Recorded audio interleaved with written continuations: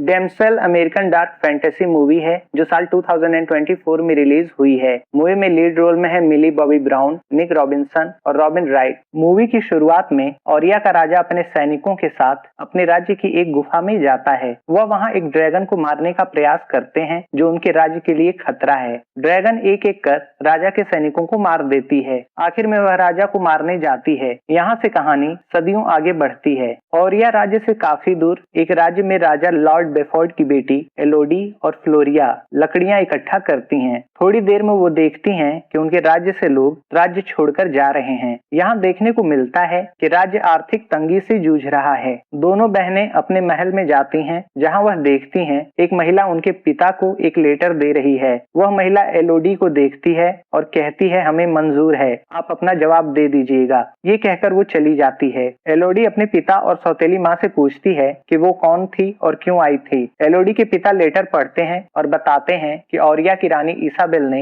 अपने बेटे के लिए तुम्हारा हाथ मांगा है। अब तुम उस राज्य की रानी बन जाओगी और जहाँ चाहो घूम सकती हो। वैसे भी हमारा राज्य आर्थिक रूप से कमजोर हो गया है। तुम्हारी शादी से हमारा राज्य फिर से आर्थिक रूप से मजबूत हो जाएगा। हमारे लोग बेहतर जीवन जी सकेंगे। एलोडी ना चाहते हुए भी अपने राज्य के लोगों की भलाई के लिए शादी करने को तैयार हो जाती है। अगले दिन वे सभी समुद्री जहाज से ऑरिया राज्य के लिए निकलते हैं। थोड़ी देर में वो उस राज्य में पहुंचने वाले होते हैं। तभी वो देखते हैं कि ऑरिया राज्य के पास ड्रैगन्स की मूर्ति है। सभी ये देखकर चौंकते हैं। थोड़ी देर में वे ऑरिया राज्य की खूबसूरती देख हैरान हो जाते हैं। ऑरिया राज्य की खूबसूरती और आलीशान महल देख वो अचंभित हो जाते हैं। वहाँ उनका बड़े ही आदर से स्वागत किया जाता है। वो सभी महल में जाते हुए शानो शौकत देख बहुत खुश होते हैं। सभी राजकुमार के बारे में बात करते हैं। एलोडी वहाँ नजारे का मजा लेती है। तभी वह वहाँ एक लड़की को देखती है। रात को एलोडी महल की खिड़की से पहाड़ों की तरफ देखती है, जहाँ उसे तेज रोशनी दिखाई देती है। तभी वहाँ फ्लोरिया आती है और दोनों बहनें साथ में सोने चली जाती हैं। अगले दिन ऑरिया की रानी इसाबेल एलोडी से मिलती हैं और उसे राजकुमार हेनरी से मिलवाती हैं। रानी एलोडी और हेनरी को साथ में बात करने को कहती हैं। रानी एलोडी के पिता से अकेले में कुछ जरूरी बात करने को कहती हैं। इधर एलोडी और राजकुमार हेनरी टहलते हुए आपस में बातचीत करते हैं। एलोडी बताती है कि मैंने शादी मंजूर अपने राज्य के लोगों के भलाई के लिए किया है।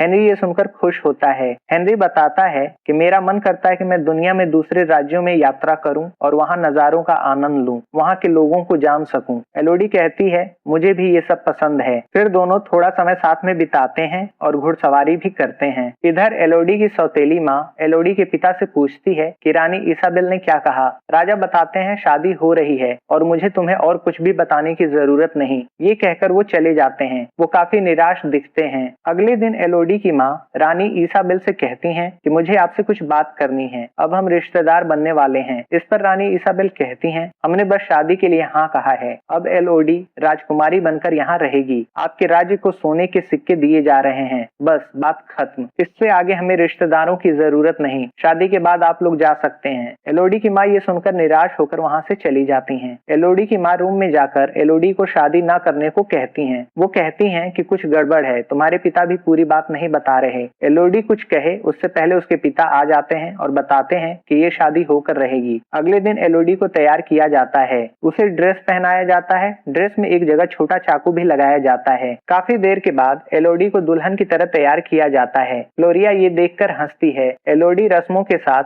राजकुमार हेनरी से शादी करती है। फिर वह राजकुमार के साथ बग्गी से पर्वत की तरफ जाती है, जहाँ उसे राजघराने की रस्म निभानी होती है और अपने पूर्वजों को सम्मान देना होता है। थोड़ी देर में वह पहाड़ों में रस्म निभाने पहुंचते हैं। वहां मास्क लगाए राज्य के काफी लोग मौजूद होते हैं। वो सभी जोड़े का स्वागत करते हैं। वहां रानी इसाबेल एलोडी को एक सिक्का देती हैं और बताती हैं कि तुम्हारा नाम भी उन औरतों में शामिल होगा जिन्होंने इस राज्य को बनाए रखने में सहयोग किया। वह बताती हैं कि सदियों पहले हमारे पूर्वजों ने इस द्वीप पर कदम रखा। फिर कुछ समय बाद उन्हें पता चला कि वो यहाँ अकेले नहीं है। एक हैवान यहाँ पहले से था, अपनी नस्ल का आखिरी। उसने गुफा से निकलकर गाँव वालों पर हमला किया तो उस समय के बादशाह ने बदला लेने के लिए उस पर आक्रमण किया, लेकिन सभी सिपाही मारे गए। बस बादशाह बचे। फिर बादशाह और उस हैवान के बीच समझौता हुआ। हैवान ने बादशाह से उनकी 3 शहजादियों को मांगा। बदले में उसने राज्य को बादशाह के नाम कर दिया। इसाबेल बताती हैं, ये ऐसी कुर्बानी है जो हम पीढ़ी दर पीढ़ी करते आए हैं। ये रिवाज सदियों से चलता आ रहा है। ये कहकर वो एक चाकू से शहजादे हेनरी और एलोडी के हाथ पर जख्म करती हैं। वो दोनों के हाथ को मिलाकर खून को मिलाती हैं और बताती हैं कि अब तुम्हारा खून भी शाही है हमारी तरह। रानी कहती हैं सिक्के को खाई में फेंक दो। एलोडी सिक्का फेंक देती है। थोड़ी देर में राजकुमार हेनरी कहता है चलो मैं तुम्हें गोद में उठाकर ले चलता हूँ, भरोसा करो। वह एलोडी को गोद में उठाता है। फिर वह एलोडी को आंख बंद करने को कहता है। एलोडी आंख बंद करती है। हेनरी कहता है मुझे माफ कर देना। ये सुनकर एलोडी चौंकती है। तभी हेनरी एलोडी को खाई में फेंक देता है। एलोडी खाई में गिरकर बेहोश हो जाती है। थोड़ी देर में एलोडी को होश आ जाता है। उसे चोट लगी होती है। वह दर्द से कराहती है। फिर वह ऊपर देखकर मदद के लिए आवाज लगाती है। वह ऊपर चढ़ने की कोशिश करती है लेकिन वह सफल नहीं हो पाती। उसकी आवाज सुनकर ड्रैगन जग जाती है। एलोडी देखती है कि वहां और भी लड़कियों के हार व अन्य सामान गिरे पड़े हैं। एलोडी समझ जाती है कि उसकी कुर्बानी दी गई है। वह गुफा में आगे बढ़ती है। तभी वह देखती है कि एक पक्षी जल रहा है। वह उसे बचाना चाहती है पर पक्षी मारा जाता है। तभी वहां तेज रोशनी होती है और ढेर सारे पक्षी जलते हुए दिखते हैं। एलोडी देखती है कि वहां एक बड़ा सा ड्रैगन है जो आग बरसा रही है। ये देख एलोडी भागती है और छिप जाती है। तभी ड्रैगन कहती है अपना नाम बताओ नन्ही परी। एलोडी अपना नाम बताती है। ड्रैगन कहती है मुझसे किया वादा निभाओ। तुम्हारी हर पीढ़ी को मेरा कर्ज निभाना है। तुम्हारी रगों में शाही खून है, मुझे यही खून तो चाहिए। एलोडी कुछ समझ नहीं पाती है। ड्रैगन कहती है भागो। फिर वह एलोडी की तरफ आग बरसाती है। एलोडी एक सकरी गुफा में जाती है। फिर वो देखती है कि वहाँ उस लड़की की लाश है जिसे उसने महल में देखा था। एलोडी भागती है पर आग से उसका पैर बुरी तरह से जल जाता है। वह दूसरी तरफ निकल जाती है। ड्रैगन कहती है चोट तो नहीं लगी, तुम चालाक हो, पिछली शिकार तो बहुत आसान थी। इधर अपने ड्रेस से चाकू निकालकर एलोडी कपड़े के टुकड़े से अपने जलते हुए पैर को बांधती है। फिर वह खुद से कहती है माँ ने हारना नहीं सिखाया। वह अपने पास रखे एक यंत्र में आग इकट्ठा कर रोशनी करती है। धीरे धीरे वह आगे बढ़ती है। वह राजकुमार द्वारा दिया रिंग फेंक देती है। खाई पार करने के लिए वह दौड़कर छलांग लगाती है। किसी तरह चाकू की मदद से वह खाई पार कर लेती है। वह देखती है कि वहाँ ढेर सारे चमकते हुए कीड़े हैं। वह कीड़ों को अपने ड्रेस के एक हिस्से में इकट्ठा कर रोशनी का इंतजाम करती है जिसके सहारे वह आगे बढ़ती है। वह वहाँ जमे हुए बर्फ से टपकते पानी से अपनी प्यास को बुझाती है। तभी वहाँ धीरे धीरे पीली रोशनी होती है जो ड्रैगन द्वारा किया गया आग का हमला होता है। ड्रैगन कहती है कितना छुपोगी, तुम्हारी तरह बाकियों ने भी कोशिश की पर इस कहानी का अंत तय है। तभी एलोडी वहाँ पत्थरों पर ढेर सारी लड़कियों के नाम देखती है। वह देखती है कि लड़कियों ने अपने नाम इन पत्थरों पर लिखा है। वह सोचती है क्या कोई बच पाया होगा। तभी उसे हल्की नींद आ जाती है।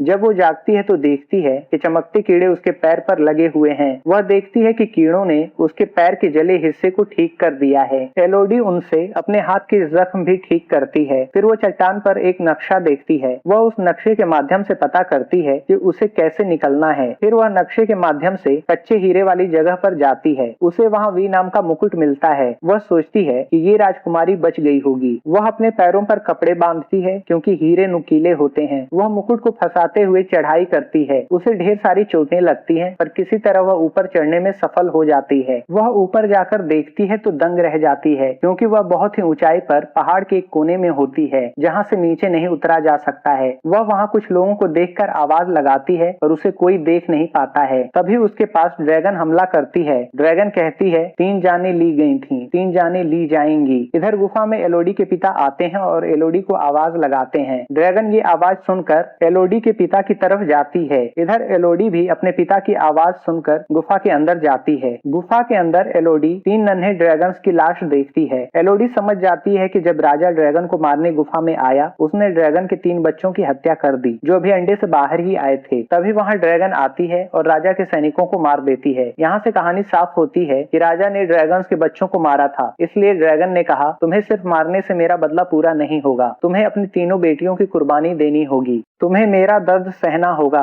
तभी से राजा के वंशज दूसरे राज्य की लड़कियों को लाते हैं और ड्रैगन को धोखा देते हैं। ड्रैगन को गलतफहमी है कि वो शाही परिवार से बदला ले रही है पर ऐसा नहीं है। एलोडी ये सब सोच रही होती है तभी एलोडी को अपने पिता की आवाज सुनाई देती है। वह उन तक पहुंचे उससे पहले ड्रैगन उन पर हमला कर उन्हें जख्मी कर देती है। ड्रैगन के वहां से हटने पर एलोडी अपने पिता के पास जाती है। उसके पिता कहते हैं बेटी मुझे माफ कर देना, मैंने राज्य के लोगों की भलाई के लिए तुम्हें कुर्बान करने की सोची। ये कहकर वो मारे जाते हैं। दूसरी तरफ ड्रैगन एक सिपाही को मारती है। इधर एलोडी रस्सी के सहारे गुफा से बाहर निकलने लगती है। तभी ड्रैगन एलोडी को भागते देख उस पर आग से हमला करती है लेकिन एलोडी किसी तरह से बाहर निकल जाती है। वह घोड़े के सहारे भागती है। फिर वो ड्रैगन को आता देख घोड़े से उतरकर छिप जाती है। ड्रैगन घोड़े को जला देती है। फिर वह उस पहाड़ी क्षेत्र पर खूब उत्पात मचाती है। ये सब देख रानी इसाबेल कहती हैं कि एलोडी ने भागकर ड्रैगन को गुस्सा दिला दिया है। इसाबेल एलोडी की छोटी बहन फ्लोरिया को लेकर चली जाती हैं और सिपाहियों द्वारा